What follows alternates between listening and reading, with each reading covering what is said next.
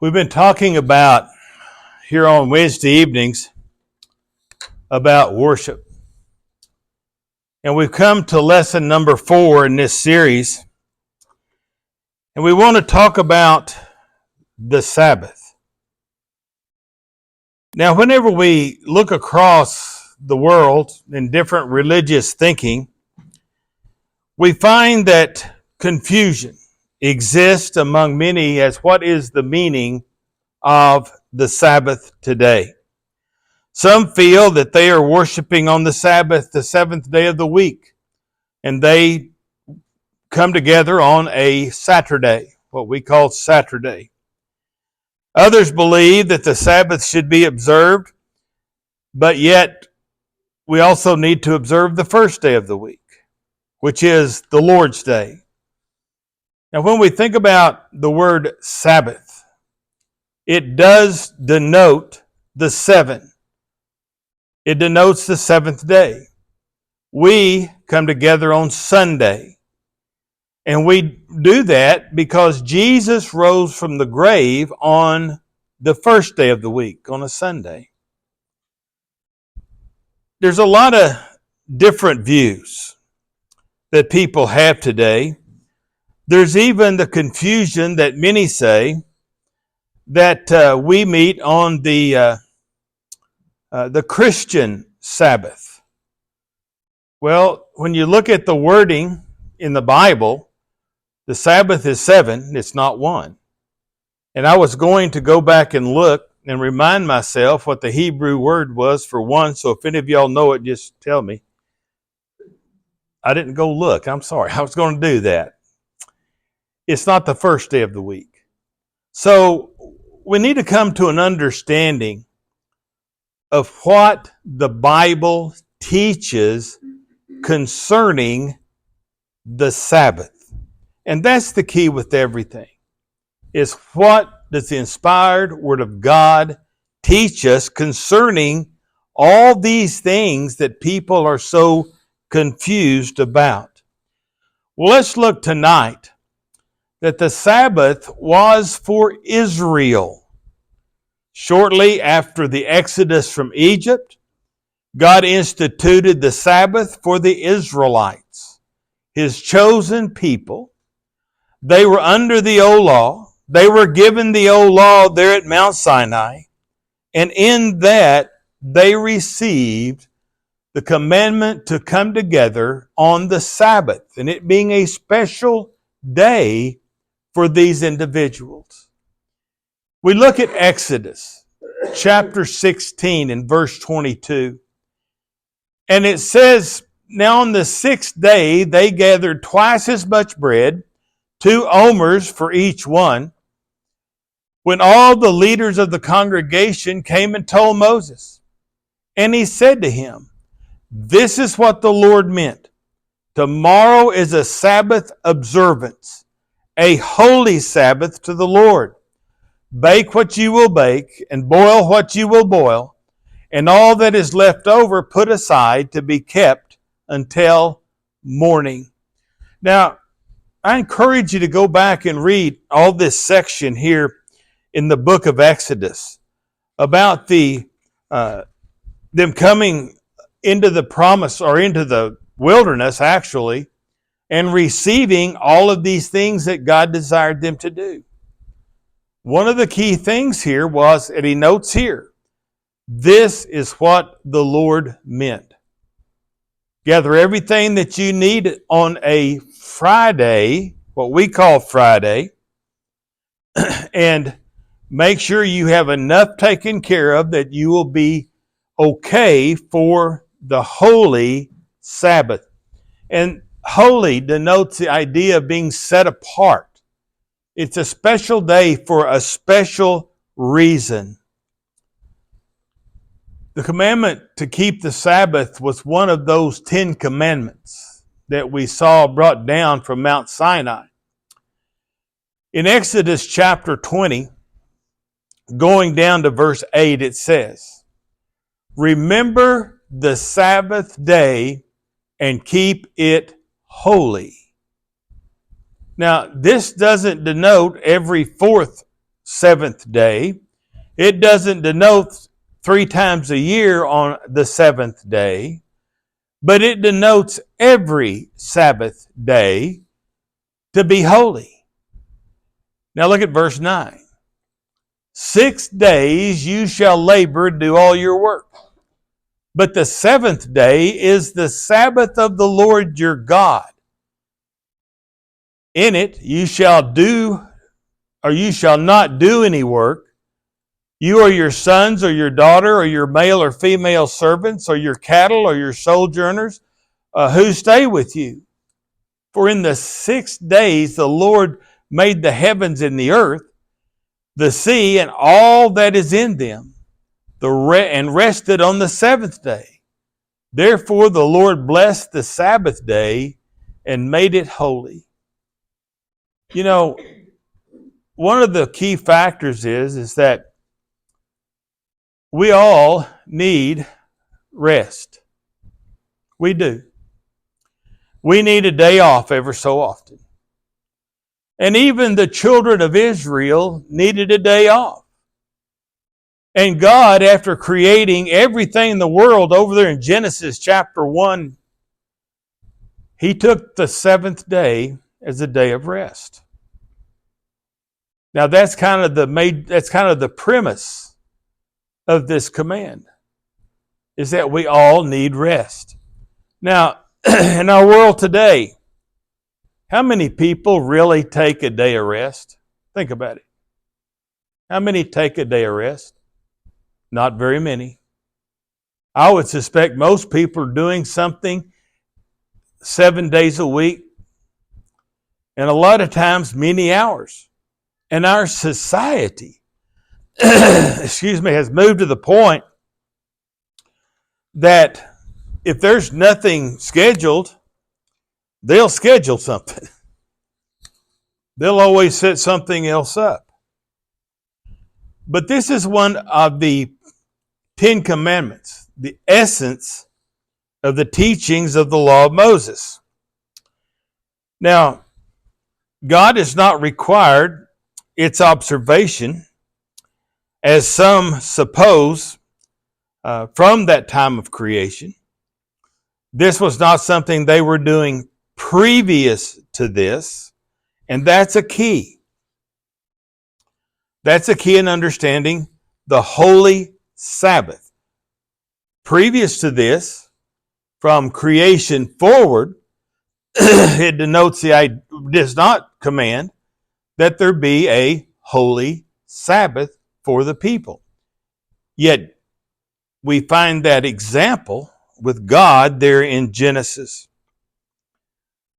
Israel was commanded to keep the Sabbath so that they could remember that while in Egypt they had no rest, but that God had delivered them from their bondage and given them rest. If you were a slave in Egypt, like they were, you worked every day. You worked long hours and you worked hard hours.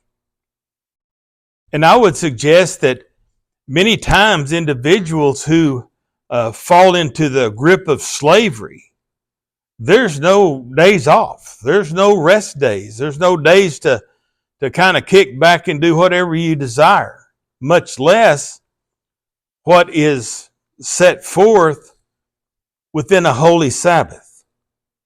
And there's a whole lot more to the holy Sabbath, as we will note, than it just being what we would commonly call a day off. There's a whole lot more there.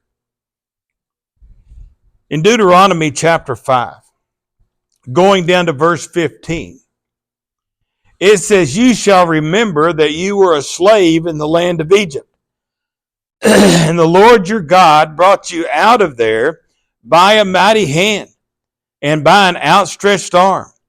Therefore the Lord your God commands you to observe the Sabbath day," a day of remembrance of what they had went through, what had happened, that they had come out of the land of Egypt, that they had been brought into the wilderness, they'd been brought into the promised land, and it was a day of remembrance. Now,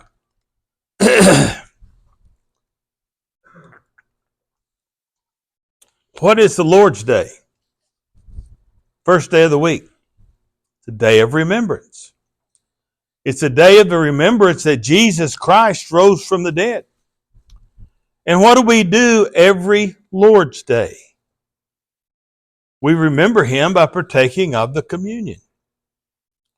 It is a reminder every week of what Jesus did for us. The Sabbath day, as he's noting here in Deuteronomy chapter 5, brings to light the observance, a reminder of where they come from and what God did for them. It was to be a sign between them and God so that they would never forget that it was he who delivered them and sanctified them as a people for his own possession. They had to remember who got us out of Egypt. It was God that got them out of Egypt. We go to Exodus chapter 31, going down to verse 13. Exodus chapter 31, verse 13. It says, "But as for you, speak to the sons of Israel, saying, You shall surely observe my Sabbaths, for this is a sign between me and you throughout your generations, that you may know that I am the Lord who sanctifies you. Therefore, you are to observe the Sabbath, for it is holy to you. Everyone who profanes it shall surely be put to death, or whoever does any work on it, that person shall be cut off from among his people." Did you hear that? Therefore, you are to observe the Sabbath, for it is holy to you, set aside, set apart.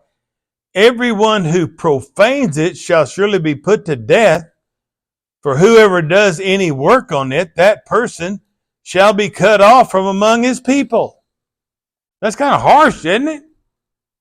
This was the rule. This was what God told them. You don't do anything that I told you not to do on the Sabbath, period. Verse 16. Verse 15, excuse me. "For 6 days work will be done, may be done. But on the seventh day there is a Sabbath of complete rest, holy to God. Whoever does any work on the Sabbath day shall surely be put to death. So the sons of Israel shall observe the Sabbath to celebrate the Sabbath throughout their generations as a perpetual covenant." In other words, throughout the generations, this is not a one-time thing back in the wilderness. This goes on. It's a perpetual covenant until that covenant is fulfilled. Verse 17. "It is a sign between me and the sons of Israel forever. For in the 6 days the Lord made heaven and earth. On the seventh day he ceased from his labor and was refreshed." This is what God did. He expects you to do the same thing. And since it was a sign between Israel and God, a memorial of that event particular to the Jewish nation, and a part of the covenant between them and God, is it is proper to conclude that God intended Israel and only Israel to keep it. Now, this is something that a lot of people don't understand. The Ten Commandments, the old law, was for the children of Israel. And we've talked about that before. Everybody else was under the patriarchal law. These were God's chosen people. So this law was for them. not everybody else. Because how many Chaldeans did God go into Egypt and bring out and give them a promised land? None. This was for them to remember what God had done for them. If the Jews and Gentiles alike were to have observed it, they would have had no particular, it would had no particular significance to the Jews. Also, it would have made no sense for the Gentiles to have kept it. Its observance would have no real meaning to them. They were never delivered from Egyptian bondage, and no Gentile was ever under obligation to keep the Sabbath or any other command contained in the law given to Israel through Moses. Now, we understand that there were individuals that sought to be part of that, and they were converted into Judaism in essence, the law of Moses, and they followed it. And that was fine. Those people lived among them. Though the Sabbath had no significance to the Gentiles, to the Jews, though, the Sabbath had great, great meaning. And it was to be strictly observed. And we pointed that out in just a moment. The strictness of this command from God. They were not to work. They weren't to do anything. Not at all. In Exodus chapter 34 and verse 21, it says, "You shall work 6 days, but on the seventh you shall rest, even during plowing time and harvest you shall rest." Think about that. What if you had a job? Couldn't you go to your job? Well, no. Well, what if I've got 450,000 acres of peanuts to dig out there? Was I supposed to do that on the Sabbath? I don't know if they had peanuts or not. That's just in my brain. No. They weren't to do that either. They were to rest. They were not to gather, bake, or boil any foods. Exodus 16, verse 22. I'm just going to kind of run through this. We looked at some about this.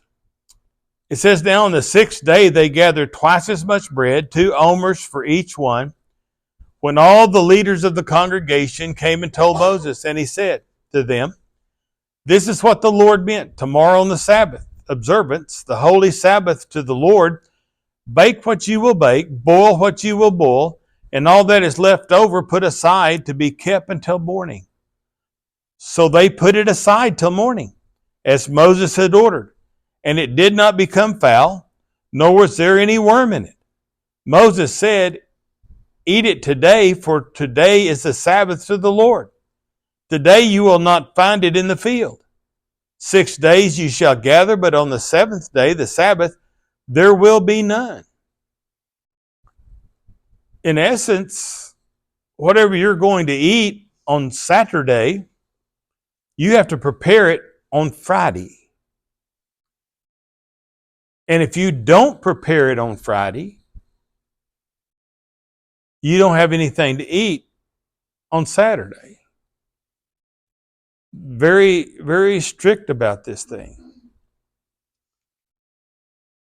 They were not to kindle a fire.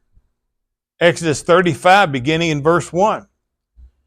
It says, "Then Moses assembled all the congregation of the sons of Israel and said to them, 'These are the things that the Lord has commanded you to do.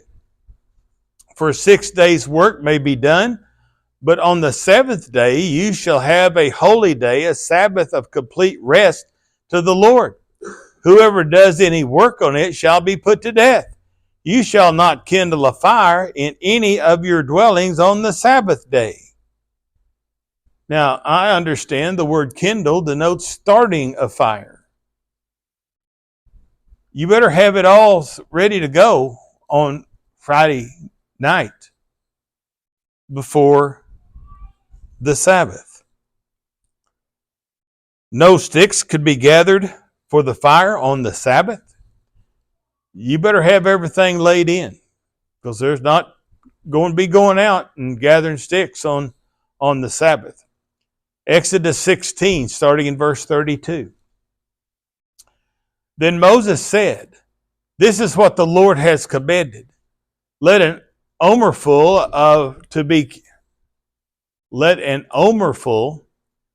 to be kept throughout your generations, that they may see the bread that I fed you in the wilderness, when I brought you out of the land of Egypt." Moses said to Aaron, "Take a jar and put an omerful of manna in it, and place it before the Lord to be kept throughout your generations. As the Lord commanded Moses, so Aaron placed it before the testimony to be kept. And the sons of Israel ate the manna 40 years, until they came to an inhabited land.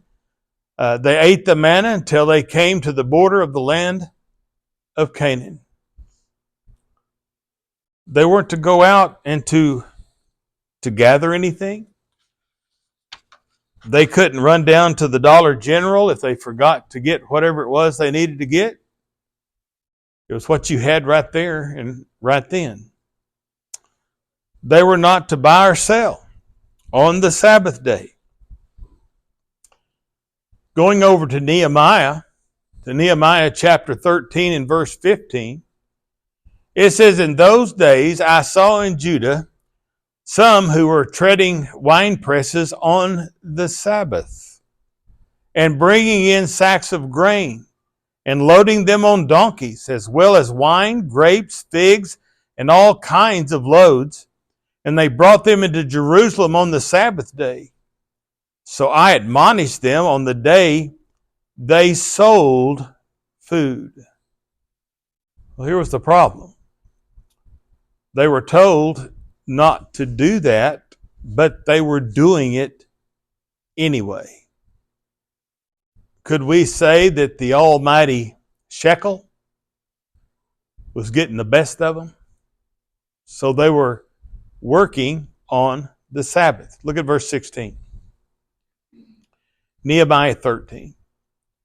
It says, "Also men of Tyre were living there, who imported fish of all kinds of merchandise and sold them to the sons of Judea on the Sabbath, even in Jerusalem. And I reprimanded the nobles of Judah and said to them, what is this evil thing you are doing by profaning the Sabbath day?" Wow. They were doing business on the Sabbath day. So he reprimands them quite harshly, as we see. Verse 18. "Did not your fathers do the same, so that our God brought on us and on this city all this trouble? Yet you are adding to the wrath on Israel by profaning the Sabbath. It came about that just as it grew dark in the gates of Jerusalem before the Sabbath, I commanded that the doors should be shut, and that they should not open until after the Sabbath. Then I stationed some of my servants at the gate, so that no load would enter on the Sabbath. Once or twice the traders and merchants of every kind of merchandise spent the night outside Jerusalem. Then I warned them and said to them, why do you spend the night in front of the wall? If you do so again, I will use force against you. From that time on, they did not come on the Sabbath. And I commanded the Levites that they should purify themselves and come as gatekeepers to sanctify the Sabbath. For this also remember me, O my Lord, that my compassion on me according to the greatness of your loving kindness." I would suggest that some of these that were outside the wall were not children of Israel. They weren't Israelites. But they came there as merchants and found the door closed. Well, that was not a very good thing. Can't do business. You know, I remember back in my youth, and I can't remember what they called this, but when I was a kid, on Sundays, on the Lord's Day, first day of the week, businesses weren't open. They weren't open, period. And then it got to where the businesses were opening, and where we lived in Texas, you couldn't buy certain things. Blue laws. Yeah, blue laws. And there was certain things in a store you could not buy on that day. But I guarantee you, it doesn't matter what you want to buy today. Just go down there and get it. Whether it's the Lord's Day or not. And how many stores have you seen of recent closed on Saturdays? Any? No. None. They're not closed. This was the struggle that they were having here, that people were influenced by worldly things, or they were just letting things go by. They also were to bear no burden. Jeremiah chapter 17, verse 21 says, "Thus saith the Lord, take heed for yourselves, and do not carry any load on the Sabbath day, or bring anything through the gate of Jerusalem. And you shall not bring a load out of your houses on the Sabbath day, nor do any work, but keep the Sabbath day holy, as I commanded your forefathers." In essence, Saturday, you remember what God did for you, and you meditate on the blessings that God has given you. They couldn't travel any further than a Sabbath day's journey.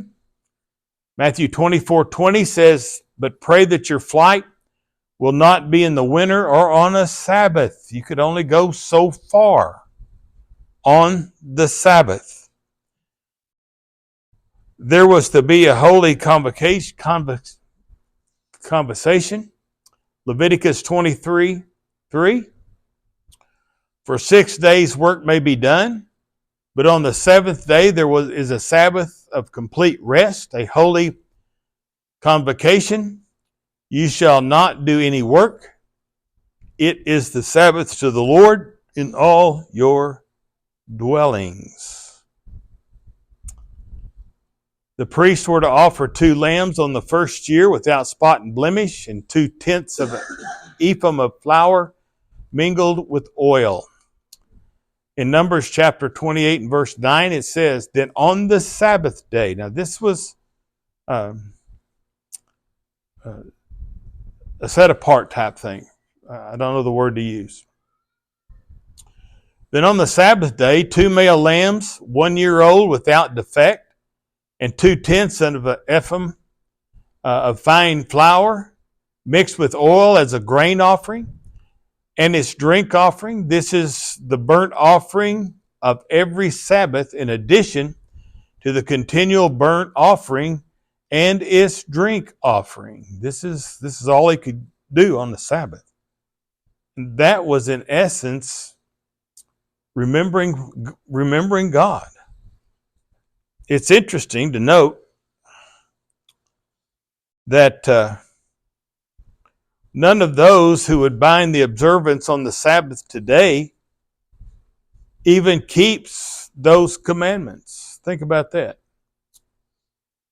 There are those today who want to bind the Sabbath on others today, and they bind it on themselves.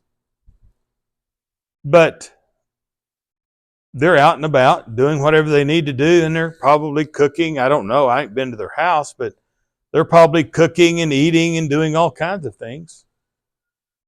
So if you're going to keep the old law, you got to keep all of it. In Galatians chapter 5 and verse 3, it says, And I testify again to every man who receives circumcision that he is obligated to keep the whole law. So if we're going to bind the Sabbath that was bound to the Israelites, the children of Israel, we're going to bind that today. We've got to do all the rest of it too. Everything that denotes the Sabbath, plus all the sacrifices, all of those things have to be done today if we're going to bind those kind of things. We will begin right there next Wednesday evening and talk a little bit more concerning the Sabbath.